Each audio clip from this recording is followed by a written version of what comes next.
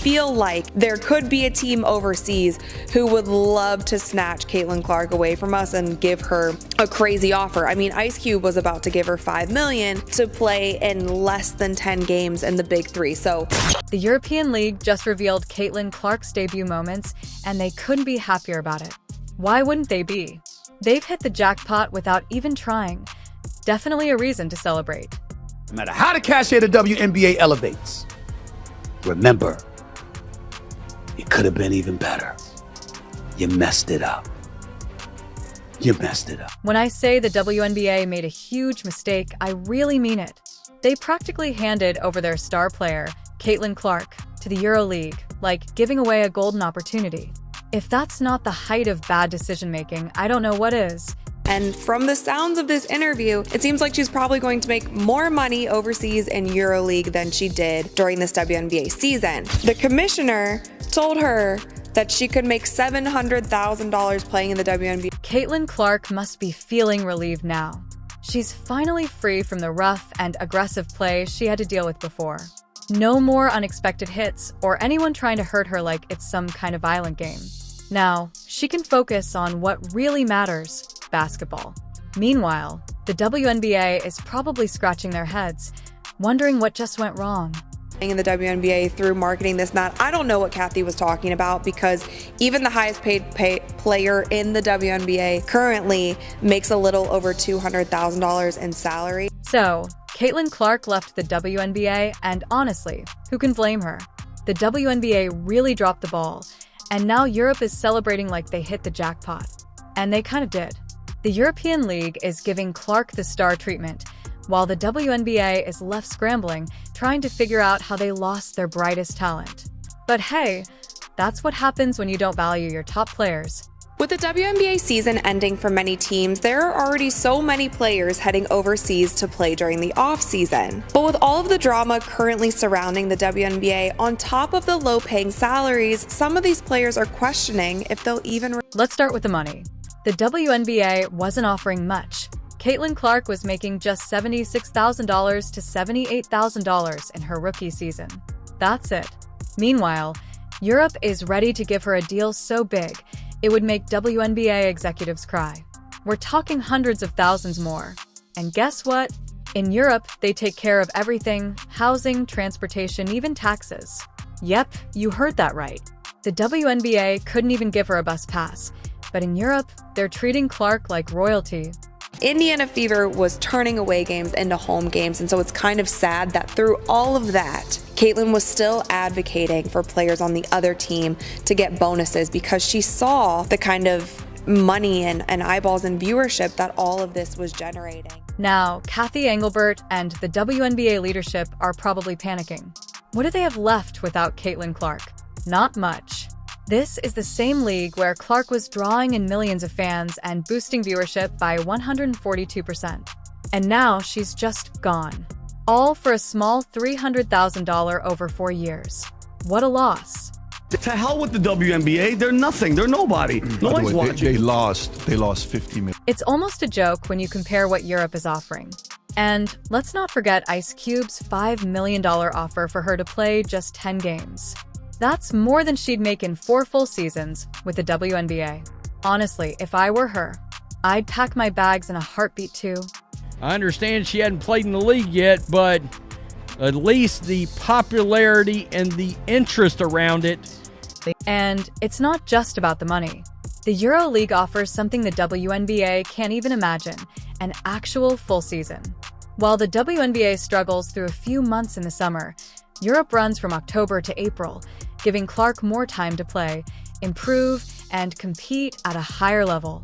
And let's be real, the competition in Europe is much tougher. Compared to what Clark will face overseas, the WNBA feels like a casual pickup game. Europe is gearing up for battle, while the WNBA is stuck playing patty cake. That sounds like a dream. Traveling around Europe, playing basketball. Like we went to Paris played in Paris for the EuroLeague Championship. The European League just unveiled Caitlin Clark's first moments, and let me tell you, they've struck gold. Meanwhile, the WNBA is probably sitting in a corner, wondering how they let their biggest star slip through their fingers. Whatever they did to Clark feels like a crime against basketball. The WNBA fumbled so badly, it's as if they were asking Europe to take her. And Europe? They couldn't have gotten luckier if they tried.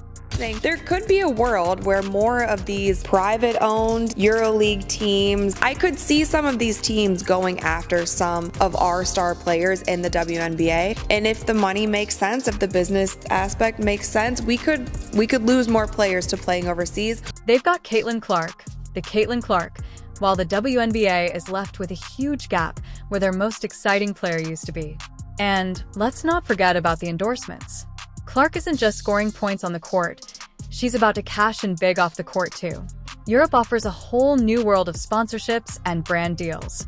She'll be on billboards from London to Paris, while the WNBA is stuck wondering what went wrong. Well, everything. They had Caitlin Clark and let her slip away. Europe didn't even have to try hard. They simply offered her what she truly deserved. People don't always share all of the good things that they're doing, and Caitlin by no means had to do that. Now, let's talk about what Europe is gaining. Unlike the WNBA, which often feels like the same routine, the EuroLeague offers real competition. It's not just American players facing off. It features top talent from powerhouse countries like Russia, Turkey, Spain, and France. The WNBA could never compare. Clark is about to compete against teams that play tough, gritty basketball, none of that soft stuff you often see in the WNBA. In Russia, it's all about brute strength, and she'll need to toughen up and really assert herself. I'm excited to see how she handles that.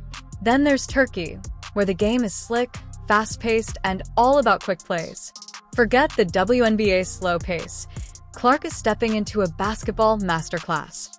Because Russia paid Diana Taurasi at that time $1.5 million salary to play in Russia. Now, at the time in the WNBA, the salary, like the highest salary in the league, was $107,000. So here's the thing. The EuroLeague is all about teamwork, precision, and real strategies. Can you imagine Clark in a league where players aren't just standing around waiting for one star to carry the game? She'll need to adapt to basketball that truly matters. At this point, the WNBA feels like a casual pickup game compared to what she's about to face in Europe. She was getting all of that, yet all of these eyeballs were coming to the league because of her. The Indiana Fever was turning away games into home games. Let's not overlook the EuroLeague's rich history. They've been doing this since 1958, long before the WNBA even existed. Legends like Diana Taurasi and Breanna Stewart made their mark there, and now Clark is set to join that legacy. Only this time, she's going to do it even better. Clark is stepping into basketball royalty while the WNBA can only watch from the sidelines, wondering what might have been. Okay, they have the highest audience they've seen in 24 seasons in the WNBA games. Televised games with Caitlin Clark's Indiana Fever averaged 1.18 million viewers compared to 394,000 for all other games. There were a record 22 games that averaged over 1 million viewers. And the fans? They're buzzing. European basketball fans are some of the most passionate and intense out there, and now they get to see Caitlin Clark light up their courts. Comparisons to Kobe Bryant's legendary tours in Europe are already being made, and for good reason. This is a monumental moment for fans in Russia, Turkey, and Spain, who already fill arenas for the game. Now, with a superstar like Clark to cheer for, the energy is about to reach new heights. Meanwhile, back in the US, WNBA fans are left wondering what to watch. Without Clark, there's nothing for them to look forward to. All of this just nonsense about things that Caitlin was doing wrong when, in my personal opinion, she was doing nothing but going out there and playing great basketball every night. Speaking of the WNBA, let's talk about the drop in viewership they're about to face. Caitlin Clark single-handedly attracted more viewers than the league has seen in years. Her games with the Indiana Fever averaged 1.18 million viewers per game. Just let that sink in. The WNBA as a whole was only pulling in around 394,000 viewers per game, so Clark was more than tripling that number. Now that she's gone, who's left to draw in the audience? People tuned in for Clark, and without her, good luck keeping fans interested. all of this just nonsense about things that Caitlin was doing wrong when, in my personal opinion, she was doing nothing but going out there and playing great basketball every night and ignoring the hate that was coming to her from all sides, not only from fans, but from competitors, coaches, all of these people. The evidence was already clear. During the playoffs, ratings dropped nearly 50% when Clark wasn't on the court. The first game between the Aces and the Liberty only drew 929,000 viewers, a steep decline from over 1 million when Clark was playing. The WNBA is going to feel her absence like a gut punch, and they deserve every bit of it for letting her slip away. Clark was the league's lifeline, and now she's taking her talents and the fans that came with her over to Europe. And Europe? They're about to capitalize on this opportunity like never before. The EuroLeague already had a strong fan base, but with Clark in the mix? Forget it. Sold-out arenas in Russia and Turkey are just the beginning. The European basketball scene is about to explode, and Clark will be at the center, putting on a show that the WNBA could never match. Meanwhile, the WNBA can sit back, watch, and lament what they've lost because it's never coming back. They had their chance and seriously blew it. They treated Clark like just another player, handed her a tiny paycheck, and expected her to stay. She's a superstar, not some role player to be tossed around, and now that Europe has her, they won't let go. So, WNBA, enjoy your empty seats and disappointing ratings. Maybe next time you'll learn how to treat a player like Clark. But wait, there won't be a next time. She's Europe's treasure now. The WNBA can keep crying about it while the EuroLeague watches Clark drop buckets and break records. Well done, WNBA. You really outdid yourselves this time.